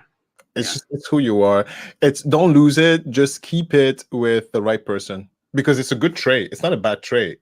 Please, this is a trait that makes that couples don't fight. If one person, but here's a really good point. Yeah, just have to make sure the other person doesn't take advantage of it. Yeah, couple fights are almost always petty and more reward to show dominance over making legit point. Yes. With my ex, we would start fighting about something, and then like half an hour later, whatever the initial topic was has been completely effing forgotten. So it's like we're literally just fighting for the sake of fight. And I would like point that out, be like, we're not even talking about what you were initially upset about anymore. Like, do you just hate me and just want to yell at me? Is that what's happening? Because I'm so glad I'm out of that. There are definitely pluses to being single, I will tell you. Yeah. None of this drama anymore. I just fucking do my own thing. Yeah, you're right. Yeah. You make a good point there, Mr. Copper. Copper, I hope your garden is doing good. Wink, wink, wink. Save it for tomorrow, Copper. He must have a very special garden. He's working on a special project. Yeah. Nice. Yeah. Are hydroponics involved? No, but it's very intricate. It's very boring. It's trees. People will get bored. But it's very intricate. I could talk about trees all day. So be careful, Beefy, because I can talk the green out of you, but you won't be interested. You won't be interested. I was never into plants, but there were like 3 of them that my ex left behind when she got evicted, and I've recently, they're living things, so I wanted to take care of them, and it's cool to, dude. Delicate? Listen to this, right? She had this one aloe plant, and I sent a picture to my buddy who was like a botanist, and she was literally doing all of the wrong things. She was like torturing this thing. She had a stake in the middle of. She covered the soil in rocks to suffocate it for one. She put a stake in the middle of it and strapped a rubber band with the aloe leaves all tied up straight. Like aloe plants want to grow up and out, like they want to be free. And she was like strangling this thing to death. And she put it by like a cold window with the direct sunlight. So it's like getting the cold from the window and then too much sunlight and then not. Oh my God, it was like literally everything she could do wrong. She was so yeah. I've recently adopted 3 house plants and they're flourishing. It's just 1 ice cube a week. And how do you mess that up? Like it just sits there. Yeah, that's what he told me to do.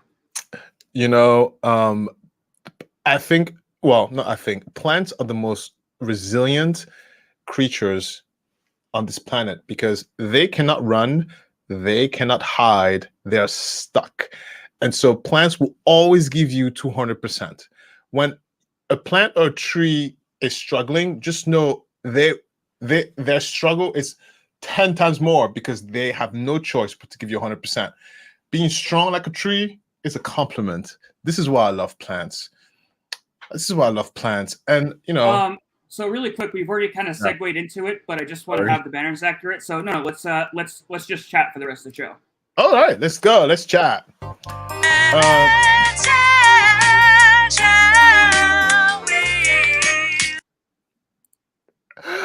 Biffy, I don't like that one. I need to fix that one. No, don't exit. How dare you? Is that your voice too? No. That was. I'm gonna be like, whoa, Biffy. I have, you know, I love to dance, and I don't mind a good competition.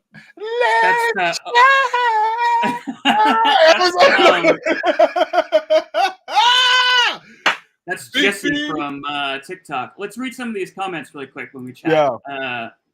That's a trauma response, and consider working on finding the trigger to that response. It's confrontation is the trigger, but yeah, it's definitely from. It's gotten exponentially worse in my adult life because I've gotten even more emotional and physical abuse that I am working through. But thank you so much. Yeah, therapy helps. Therapy is important. Did you say physical abuse, Biffy? Yeah. I had a girlfriend that was yeah. You don't have to share it. I was just curious. Okay. No. She used to beat me up. It wasn't fun. It was a long time ago. I don't mind confrontation. Nothing gets resolved better or stressed if you don't say something. If you aren't happy and don't say anything, you'll never be happy. Yeah, that's true. Communication, I think, is good in the but it also gets to the point where it's like, okay, like, I don't know. I've had relationships where it's like every night we need to sit down and talk about their relationship, and it's just, oh, my eyes would roll in the back of my fuck every time. It's like, here we go, dude. But yeah, if you have, go ahead. No, I was gonna say it's probably you got your eyes went in the back of your head probably because the context. So every time you guys talk about a relationship, it was connected with a bad experience because I think you cannot do too much communication in a relationship. Matter of fact, it's something you have to do all the time, and so it needs to be in a cool, fun setting because it needs to happen all the time. Yeah. Sorry. I don't know. I'm definitely not in a situation where I need to be giving relationship advice, but I do know that, like, yes, communication is key, but like you're saying, like, there's definitely a point where too much communication can do as much damage as not enough. So, finding a balance, like all things, it's, Right. You're correct. Balance of all things, because too much communication can. Yeah, you're right. It can. My childhood response was like that. The apology trigger response. Yeah, that's definitely me.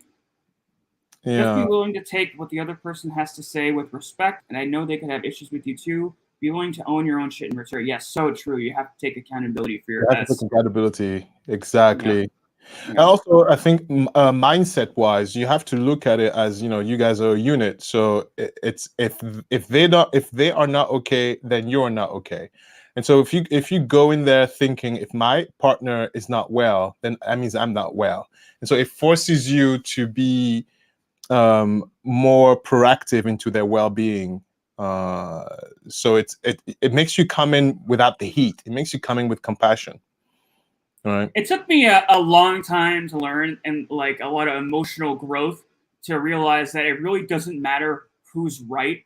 Like you kind of need to just cast that aside and just for the sake of the relationship, you know, you're gonna have your like past this line we do not cross kind of like deal breakers, so to speak. Yeah. And your partner's gonna have theirs. But anything up until that line, you should do what you can, you know, within what you're comfortable with and for your own mental well-being to try to, you know, get out of the argument and make your partner feel comfortable. At least I've always looked that way. I got really frustrated in my relationship because I was always trying to meet halfway and like negotiate and okay, you want this, I want this, can't we do X? And it was never a give and take. It was always just I want what I want, and if you don't give it to me, I'm not happy. It's like okay, well that's a bad. Like I'm sorry, man. It doesn't work like that because you you matter, and what you want matter, and it's not all about the other person. It's also about you. You know, so yeah. Me and Chris, I think I told you, me and Chris have family meetings once a month. Now, to what Dusk might say, talking about relationship every night, it's excessive. That's very true. But our family meetings is a lot more so. It's which I mean, it works for us, but it's something I definitely would recommend is where you just simply ask an honest question. How am I doing? Am I doing good into your eyes? Is there anything you need from me? Have I upset you in some way? Is there something I don't think better? she's talking about like a quick check-in, like, hey, is everything okay? She's talking like I was saying, if you're in a situation where you're needing to talk about like long, drawn-out conversations about your relationship, it's already over. And she's right, it was. By the time we got to that point, like we were done. We were just so codependent. I mean, we dragged that out for like 2 years. Yo. I dated enough amazing ladies, and I am truly happy alone. Not everyone gets to be alone, and I don't appreciate how good it truly is. Yeah, this is something This is life I'm learning to find comfortability in recently, and I enjoy it. I like setting something down, and no matter what happens throughout the day, I know it's still gonna have to be there later when I come back. You know, Melty Copper, when we went to the Seattle World Conference, I met a few people, and I don't know if I've said it in one of my Let's Talk videos, but one of, I'm not going to divulge too much because one person there brought their boo thing, and you know, so I asked questions because it was offered. You know, I'm polite, so I was like, oh, since you volunteer the information, let me ask you a question. And one of the questions I asked was, so how does it work in terms of being in a relationship but yet wanting to be alone, right? It's because they were very much alone, but they were together for they were together for the happiness, and then they go their separate ways. And it was just that, it wasn't an F buddy, it wasn't that like that, it was more than that, but it wasn't togetherness. And I was like, oh, okay, so they live alone, but they meet. It's like a friend. It's not an F buddy.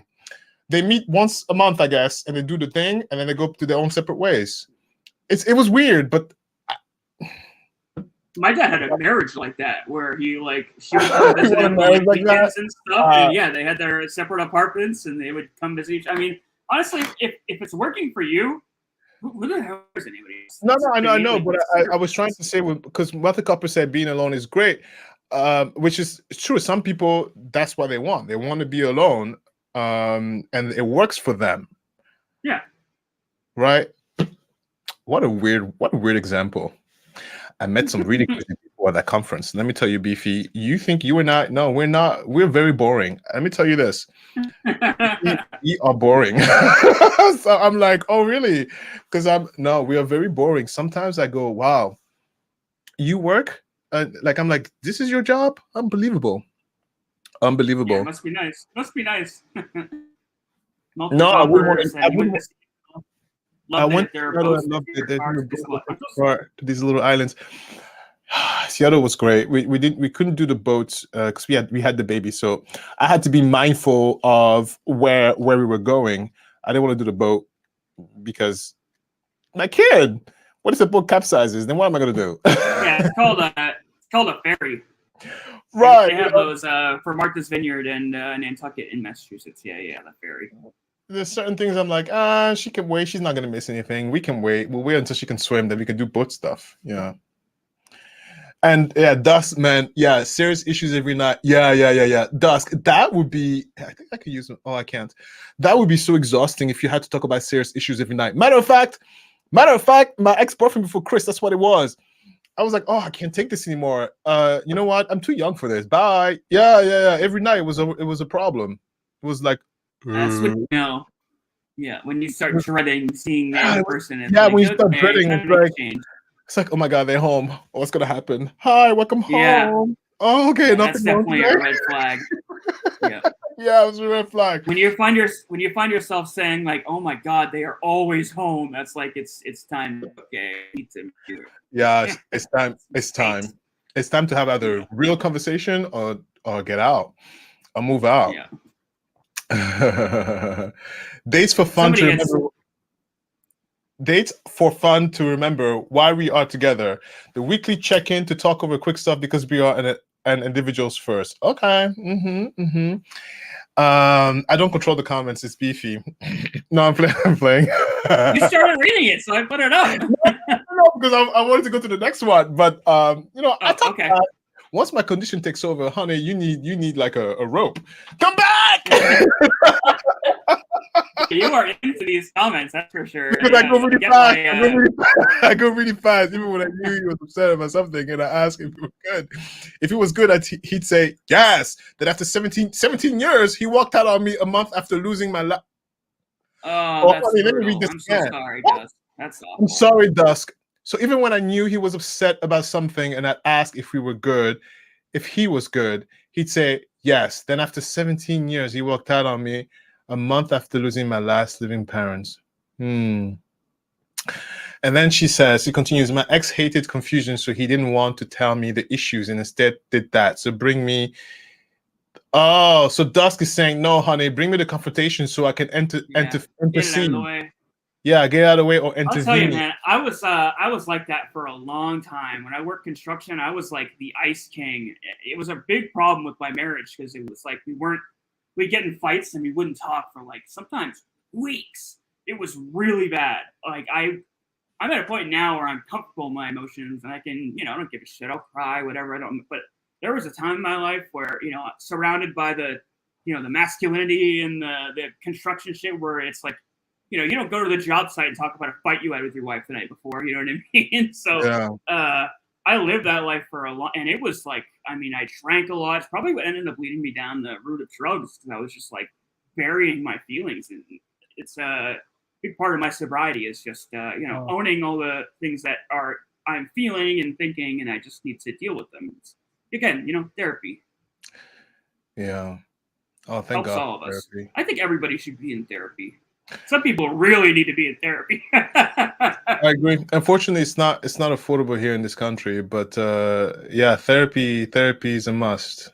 You'd be really surprised. A lot of insurance providers are rolling out like affordable. Like I found out that I had free therapy through my health insurance. All I needed to do was ask. There was like an app, and I really? through Zoom. And a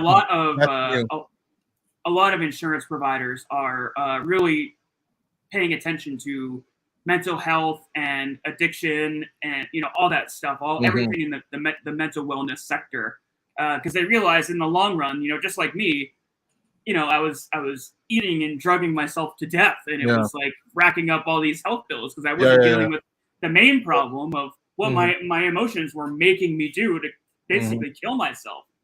Can I ask who's your insurance provider, if you don't mind me asking? Blue Cross, but it's out of a different. So we have Blue Cross as well. Harvard Pilgrim sucks. Harvard Pilgrim, if you have them, they are the worst. I'll tell you, they're terrible. That's fairly new. The fact that they're starting to cover therapy. Look, Christopher is a healthcare. Christopher is a healthcare actuary, and I can tell you from insider knowledge, they're only doing it just because if they don't really want to do it. Yeah, it's probably a write-off of some sort. You know what I mean? Like there's government money somewhere, something like that. There is government money somewhere, something like that, and it's one of their ways to be competitive. Listen, the healthcare industry is in the US is a scam. Insider story, I'm telling you, insider knowledge. My husband does that for a living, and every year he says to me, this is a year where the healthcare will collapse in America. And every year he's like, oh, I can't believe I made it work. I guess another year. Every year he says to me, this is it, get ready. And every year he finds a way to make it work. It's just not sustainable. Oh, I didn't read it. What happened? Oh no, I was laughing at you. He found it never gets any better. Do you know? Because I was trying to get you guys probably don't remember this, but a long time ago, a couple years, 2015, 15, 16, somewhere along those lines. Well, I was trying to get Congress to approve that fitness is part of preventative medicine. Excuse me. Amen. Yeah. I was like, you need to Congress get insurance. Okay, wait, hold on. You were trying to do this? Please, yes. I told you I'm a nice guy. Yes. I can just picture you with the suit on, like at Congress door, ready to present your. Listen, you know, I'm a different person when I work. I know. Listen, even in New Brunswick, which is not far from here, that's the capital of obesity for children. Capital of obesity. The CDC even changed their rules in terms of type 2 diabetes sorry to talk about race. For anybody of South Asian descent, they don't follow the same protocol when it comes to type 2 diabetes. And listen to me. And I was like, listen, you're all idiots over there in Congress who think you're smarter than most. It's very easy and simple. Start to treat fitness as something more serious than entertainment because it's preventative. Yeah, I don't mean to be so heated because you look at like dental care. You know, they insurance companies will give you preventative care up the wazoo. It's just totally covered and it's fine, but it's essentially the same thing. They will even give you nutrition. It's like you're willing to subsidize nutrition, but you won't subsidize exercise. Like what's wrong with you? I was like, where's the logic? Where is the logic? But no, in the government's mind, exercise is it's like entertainment. They don't see it as preventative. They have no idea how much preventativeness it is by just being more active. It can stave off away, activity, better nutrition. Anyway, I lost the battle. That's it. That's the long story short. Saying they were like, "Get out of here, person," and then didn't go anywhere. And I was like, "Well, what am I fighting so hard for? Whatever. I just go home and deal my own problems." But I did try. Just following up on what Casey was saying, I think that's what hurt the most after a while. She's talking about her relationship where the guy was holding everything in. I didn't get any choice, and it took him 2 years to apologize for not saying anything. I was blindsided, and then of course, I'm really sorry. Yeah, that must have been really confusing. It's like coming out of nowhere. I don't know. I think there were probably. I mean, I don't know. I can't speak in somebody else's relationship, but usually you can kind of tell, even when somebody is saying like, "Oh no, I'm fine." Like, they checked out. Like, are you really? Some people you have to like literally drag it out of them. Like they'll just keep on telling you. Yeah, I'm fine. I'm okay. And so, like, will you fucking just tell me what's wrong with you? Like, yeah. But also that's very true. But also sometimes you don't want to pry too much. Pride. Yeah. Pry too much. Sorry, pry. You don't want to true. pry too much because then you don't want to upset them. So you're left in limbo. Yeah. Again, just like we were saying earlier with communication, it's a balance. Everything is about a balance. You don't want to do too much. You don't want to do too little. You want to show enough that you are showing up for your partner to let them know you care. But at the same time, you don't want to be hounding them. Like, talk about it if they're not ready to. Yeah. And you know what, Dusk, I have to say, it's something I can't imagine like what the next morning would have been like. I don't know if you have kids with that person. I like talk about being frozen frozen, not in fear, but like I don't know how to explain 17 that. years, yeah. Yeah, like just frozen. First of all, definitely don't apologize. It's good conversation to have. That's why we wanted to do live. We wanted to communicate with all of you and build an audience and communicate with you guys. So yeah, definitely don't apologize for chiming in. We like the interaction. But like Alistair is saying, it had to have been like world-shattering because basically everything you knew for over decades, overnight, it's just gone. And, that's had to have been really difficult. And I sympathize. It's not a good place to be in. It's very painful. Very painful. Frozen. Like you're like, oh, and that oh, emotional well, pain is the worst. I'll tell you, it's not fun. Oh yeah, it's the worst. It's the worst. I'll tell you this. I share this with you because since we're talking about like Frozen and stuff, these are conversations I have with Christopher a lot about. Okay, what you like about what? No, because when we had to go through the process of having Olympia, we had to do estate planning, and in the estate planning, you gotta have legal boundaries as to what happens if one person passes away or not around. And let me tell you something. Just because obviously he's still alive, but just the thought of not having him around, I was like, Chris, what am I gonna do? Like it's like Frozen. And so that's why I said Frozen, because I'd be like, because my life is so like Christopher intertwined. Like, my life, like if they're not around, then it's like what. Well, you guys are married too. You know what I mean? I mean, it sounds like she was as well, but I don't know. Yeah, she was married. I'd like to think if married. you were Like, married, even the normalcy of the day, like everything just freezes. Like talk about that's trauma on a level that I haven't experienced, and I don't even know how to. I can't even relate, but I can only imagine the fear. Right? The fear. Like, what do I do next? Oh my God. Very painful. Very painful. Yeah. Well, I hope you're doing better, and I hope you're punching through, like punch the wall through the hole. I mean, no, punch a hole through the wall. It sounds like it's still pretty fresh. I mean, I'm going through a 9-year breakup, so I'm very much in that place too. Like I'm in cocoon mode. It's just, work on you. Don't worry about getting into a relationship now. You know what I mean? And again, I'm giving you this advice, but it's like I have difficulty even following it myself sometimes. But I'm definitely not one to be telling somebody else what to do. But this is what I try to tell. So what I try to tell myself is what I'm trying to communicate to you is just, one day at a time, just work on yourself and, all things in time. You don't need to be jumping into anything or worrying about the future. It's just, for me anyways, especially with sobriety, it's like, just one day, 24 hours is all I need to be worrying about. Yeah. Oh my God. This is great. So I'm a little blind. I don't know. I'm a little blind. I'm a little blind. I don't know why I did that. No.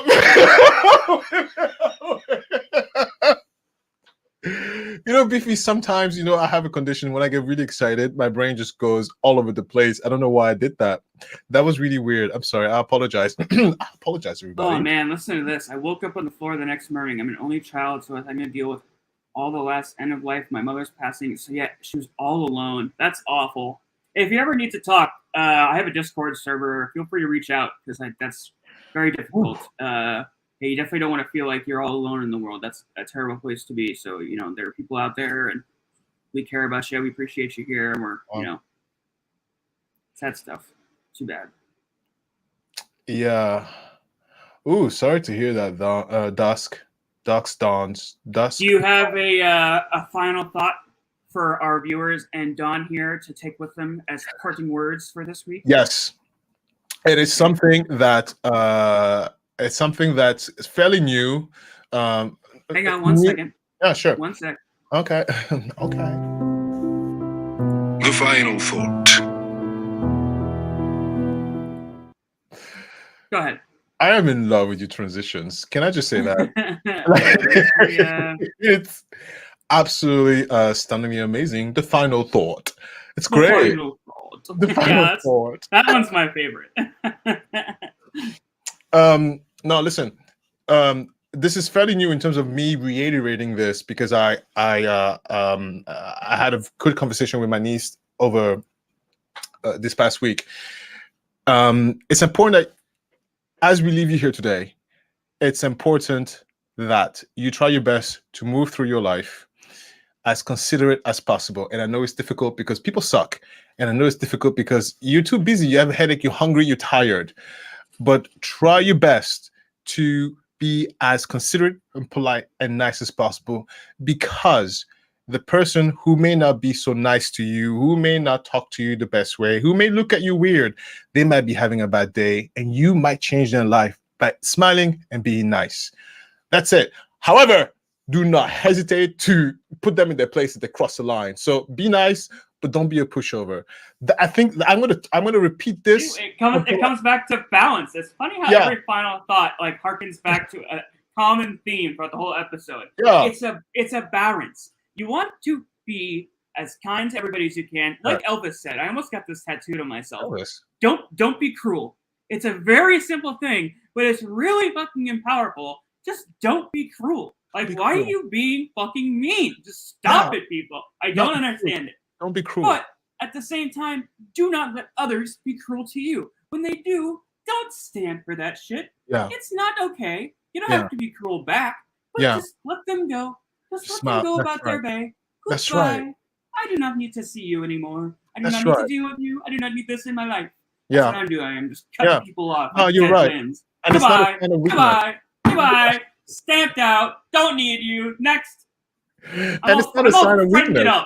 Just because you're nice to someone is not a sign of weakness. Just because you respond with kindness doesn't mean you're weak. It just means you're better. That's what I need to start telling people. I'm all friended up. Thanks, man. Yeah, taking applications in the fall. Don't forget to flick your hair though, because when your hair flick, man, that brings the sass. What? There's nothing better than a piece of sass. It's great. Amen. I'm all friend up. I'm all friended up. All right. Again, yeah. Applications in the fall. Just you can send it to email or whatever. Yeah. That's funny. He said application in the fall. Yeah. Okay, what do I apply? Oh, you're already in. You're in that club, man. It's an exclusive group. It's only like a handful of people. Oh, Beefy, you're so stupid. I love it. Yes, sir. I absolutely love it. Ooh, my mic is telling me I'm too loud. Okay, sorry. Mm-hmm. This is a good episode. I like the lives. What do you guys think? Should we do? I think we should just stick to this format. The live's fun. No editing required. Besides your, Oh, I just stick around. I don't need to do anything now. The episode's up. Boîte Noire Radio. I loved it. Radio. Welcome to Boîte Noire Radio. Yeah, I edited it to sound like a female. I guess I didn't fool anybody. No, maybe I sound like a female. No, it sounds great. When I first heard it, I was like, oh my God. Beefy, you were hired. What? I loved it. I loved it. It's almost a little bit disgusting because, like, is there anything you can do that I don't like, Beefy? I don't like that. I'm suspicious of you. Oh, I appreciate that, man. Yeah, I'm getting editing. It's a skill. It's like a muscle that you have to flex to get better at. But I'm definitely learning. Can you put Casey Chambers' comment out? Yes. Exactly. There you go. I want to eat. I just don't want them to eat at my table. No, I say that all the time. Casey. I say that all the time. I tell you, people call me idiot and stupid. I'm too nice and I don't know what I'm doing. I'm saying there's plenty for everybody. You don't have to be a jerk. Yeah, Casey. I get made fun at when I'm nice to on my numbers. They say I'm too, my profit margin. They laugh at me. They say I don't know what I'm doing. No, I don't need to go over. Like there's enough for everybody. Anyway, Casey, you spoke my truth right there. Thank you. Mm-hmm. Yeah, speaking all of our truth. All right. This has been fun. Yeah, this has been fun. Okay, look, I'll take us out. I'll take us off. Everybody, thank you so much. Thank you so much for being here. If you haven't done so, press the like button. And subscribe if you're not. All 7 if you're not subscribed, don't you? I got a feeling all 7 of them are subscribed. Yeah. He's so stupid. Beefy, shut up. And if you're on the replay crew, drop us a comment. Let us know you're watching us after the fact. We'd like if you're on the replay crew, drop us a comment. And we need requests for next week for the case. We haven't picked it yet. So what do you guys want to see? Oh yeah, good question. It's cold down here. Letitia Stotch. Is that what you guys want? Letitia, Sarah Boone. Everyone wants Sarah Boone. I don't mind Sarah Boone. Sarah is. I posted something right now. I mean, it was scheduled. Yeah, you've done a lot of Sarah Boone videos. You could actually probably do the true crime for Sarah Boone. No, we can't do Golden State Killer. That would be a multi-part one. That's with my English. No, you do it better because you master the language better than I do. Like the words and the pronunciation. It's better when you do it. It's a lot of work that goes into the presentations too, putting together the It script is. and all that, and the slides and the videos. Yeah, it takes a I while. agree. It is. All right. I'll take on the next one because relationships is a give and take. That's okay. I'll do it. Not that kind of relationship. It would get you mad out of gutter. What? What is that? Sprout's mom, right? What? What?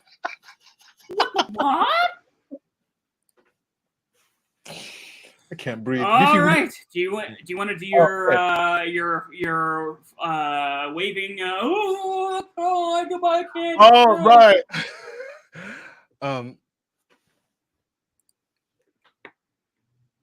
Oh, nobody laughed. How dare you? Transmission. Oh.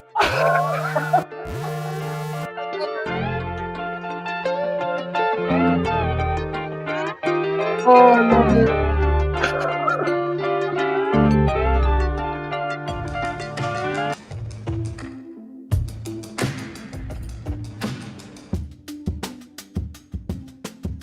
Thank you for watching.